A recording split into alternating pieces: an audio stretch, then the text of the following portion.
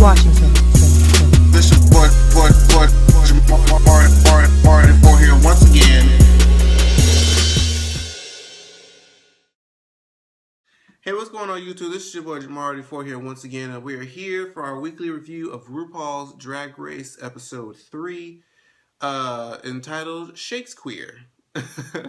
So, I'm gonna try not to make these reviews too long, but still trying to just include everything that I wanted to say. What the hell? Anyway, so this episode, starting off with the conclusion of last week when Sasha Bell got eliminated, they're coming back into the workroom, and of course, they see the sign, they wipe off the mirror. So they get into this mini challenge, okay? And the mini challenge is, from what we saw partially in the trailer of the season, when they had to dress up like old ladies and just kind of dance and just, have, have fun with it. And it was very interesting. And then what stood out in that particular mini challenge was that Jasmine Masters had a loaf of bread, and Rue asked, like, where did you get this loaf of bread from? Like, legitimately, was that provided? That wasn't a prop. Did he just say that, or did she? I know she. Who packs a loaf of bread for Drag Race? But maybe for padding. I don't know. But long story short, they use the mini challenges when there's still like a lot of queens left to pick 2 winners for the mini challenge so you can split up the teams. And the winners were Max and Kennedy. Couldn't remember for a second.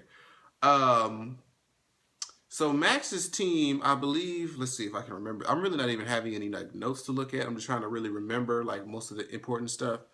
Max's team was, let's see, I believe Max, Miss Kasha Davis, Miss Fame, Jaden Dior Fierce, and Ginger Minge. I'm not sure if I missed anybody. Oh, and Trixie. And they were doing Romiette or Romy, Ho, and Juliet. And the rest of the girls, the remaining contestants were Team Kennedy for McBitch.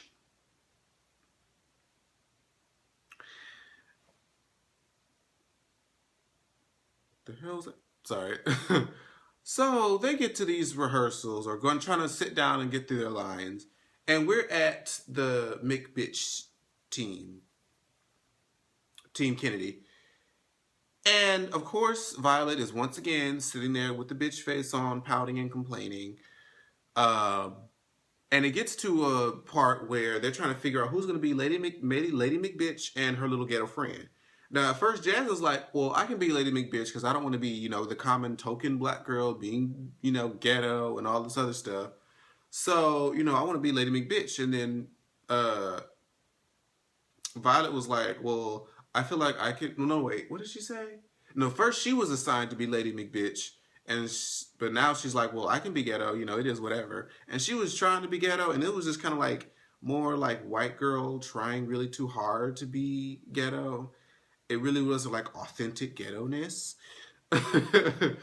But they tried to do it, and long story short, neither one of them was giving the proper energy that the role that they were assigned was supposed to. So they had them switch. And I was sitting there like, Kennedy, switch these girls, because it's not working. It just was not working. And then when they did switch, I have a question. I'm like, I guess they really are only allotted a certain amount of time to run through it and sit down in the workroom and do it. Because when they switched, I guess it was like literally at the last minute. So now they had to learn other lines. But I feel like if they ran through it enough, even if you were a different character, like if you were running through it over with another person, because when I saw it, like the lines weren't really all that long. I would have still had an idea what the lines were just because I heard the other person say it so much. But Violet was like, well, can we run through the lines? And then Kennedy was just like, well, no, we don't really have time. Everybody just look at their lines and blah, blah, blah. So they never really rehearsed it completely with everybody in their new parts. So you already know how this went down. So they go to the rehearsals, and Mac's team, you know, is doing Romeo and Juliet, and everybody's doing okay up until it gets to Jaden's part. And Jaden's just like in another world. Like, he couldn't remember his lines. When he said them, he just said them like he was about to pass out.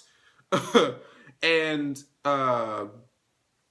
he started to cry, and he was just like so in the moment. He was like, you know, I want this so badly, and it's just, you know, I'm just having all these emotions, and I'm just starting to doubt myself. And then, you know, of course, you know, Max being the team lead say, hey, you're a kick-ass performer, you're this, you're that, you got this, girl, you got this. And it just made me love Max even more. I honestly, at this point, I'm gonna say this now and claim it, that I feel like Max can win this whole shebang, just because when I think about like the past, you know, patterns of kind of winners that they have, you know, I feel like Max fits that mold. I could be wrong, but I just don't see any of the other girls really winning this. But, you know, we'll see. You know, that's the whole fun of Drag Race. But yeah, so Max's team ended up, you know, getting together, getting Jaden, you know, through his, uh, you know, being in his own head, thinking too much, and they finally got through it, so they did good. Then we get to this big bitch team, and oh my god. Long story short, that first of all, Pearl was coming in like he was a butch lesbian with a deep voice. Then it became Jasmine as just a catastrophe within herself with her lines. And I heard her lines and I had it down. I had to only hear it like maybe 2 or 3 times and I had it down. And I'm like, girl, why can't you get this? It's like, watch out, queens. I'm the real prima donna. If head cheerleader is me, whatever her name, Kiana. It's like, it rhymes. The fact that it rhymes should help you get the rhythm right. But she just could not get it. I guess she was just stressed and she was just thinking about it too much and just, no. And then Kennedy and Candy Ho over in the corner. Actually, Candy Ho was fine. She didn't really, you know, and I said that up. I said, y'all know Candy Ho didn't have any kind of post-interview comments on this episode at all. And she knew her lines, so she was just over in the corner doing her thing. She was good. But Kennedy was over there fucking up. I think something to her outfit fell into the damn pot. And she wasn't in sync with Candy some of the times, and it was just, Who else was in this group, child? The only person who was a saving grace, other than Candy Ho, was Katya. Katya wasn't about to let this lip sync, was about to let that last bottom two lip sync go. She was like, I'm gonna nail this shit. I am not going to be in that bottom two again. So she actually did her acting really well.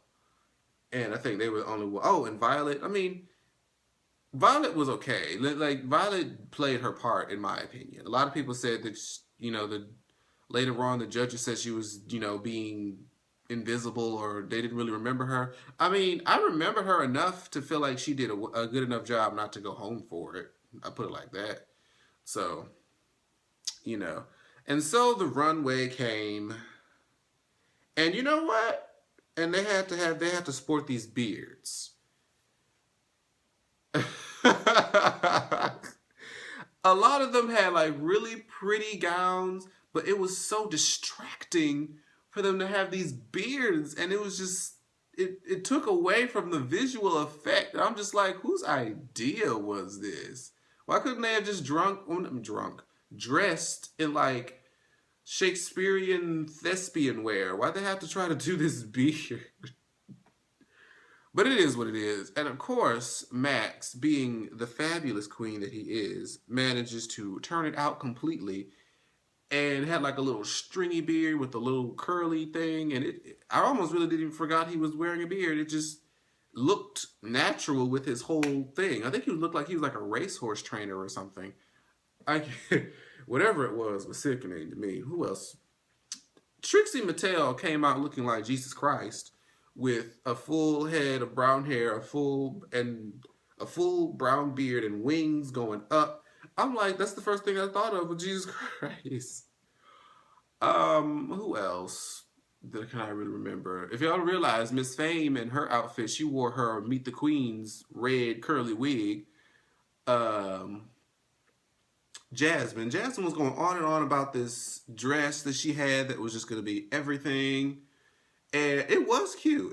It was an all diamond dress, But you know, it wasn't everything. It was really, really nice, but it wasn't everything. But I was looking at it and I was like, this looks like something that Trinity from season 6 would wear. It looked, maybe, I don't know, because they're both black, but it kind of reminded me of that whole black and white theme thing that they did last season, and that looked like something that Trinity would wear. Let's see, who else can I remember? Pearl and her beard, it looked like styrofoam, like bedazzled styrofoam beard. I don't know. It was cute though. It was very interesting for her to try to make a beard out of something else other than makeup and hair. Oh, Kennedy Davenport. Oh, excuse me. When they were judging her, they told her that it looked like she just got some pubic hairs and tapped it on her face. And I'm just like, oh my God, it does. It really did. I was just like, oh dear God. Was there anybody else's runway that I really? Oh, and I said I was gonna make sure I mentioned her. Was Candy Ho. Now, the past couple of episodes, anything that Candy wore, I didn't remember. I really had to sit, think about, and sometimes couldn't remember what it was that she wore on the runway. But this time, we actually remembered Candy, okay? Because she had this big, huge box bun. Okay, not like, you know, a little side bun, like the bun went out to here, bitch. So I was like, oh, okay. And she had like just a long black dress, long black beard. And I was just like, okay, well, she got the job done. And let's see, I don't think there's anybody else's runway. Mrs. Kashadeva looked nice. A lot of Jaden's outfits really look the same to me, relatively. But let's see, what else? I don't think anybody's runway, I really. What did Violet have? Oh, Violet had that really nice 50s inspired dress. I thought that was really nice. That's the thing about Violet. Violet may be a bitch. She may be the giant cunt of the season, but the bitch can turn a look, so that's why she's gonna stay. And she does, you know, well in the challenges, even though she gives everybody a hard time. So then it came to the lip sync, and boy, oh boy, it came down to Kennedy Davenport and Jasmine Masters. I'm like, oh, damn, my black sisters going up against each other. But I knew it. I knew they were going to put Jasmine in the bottom because she couldn't remember her lines, and when it came to the actual show, she just looked and was staring off into space trying to think so hard about what she was doing. But, and I knew they were probably going to put Kennedy because they talked about her beard looking like pubic hair, and she was the leader of the losing team, so I already knew she was going to be up. So they did some Kylie monologue, whatever her last name song. Something else that I don't know. And then they're really getting like all this music that I have no idea what it is. But whatever. But long story short, you know, Kennedy turned it and Jasmine had to sashay away. Now, Jasmine was like the last person I was kind of suspecting or was able to guess would probably go home next.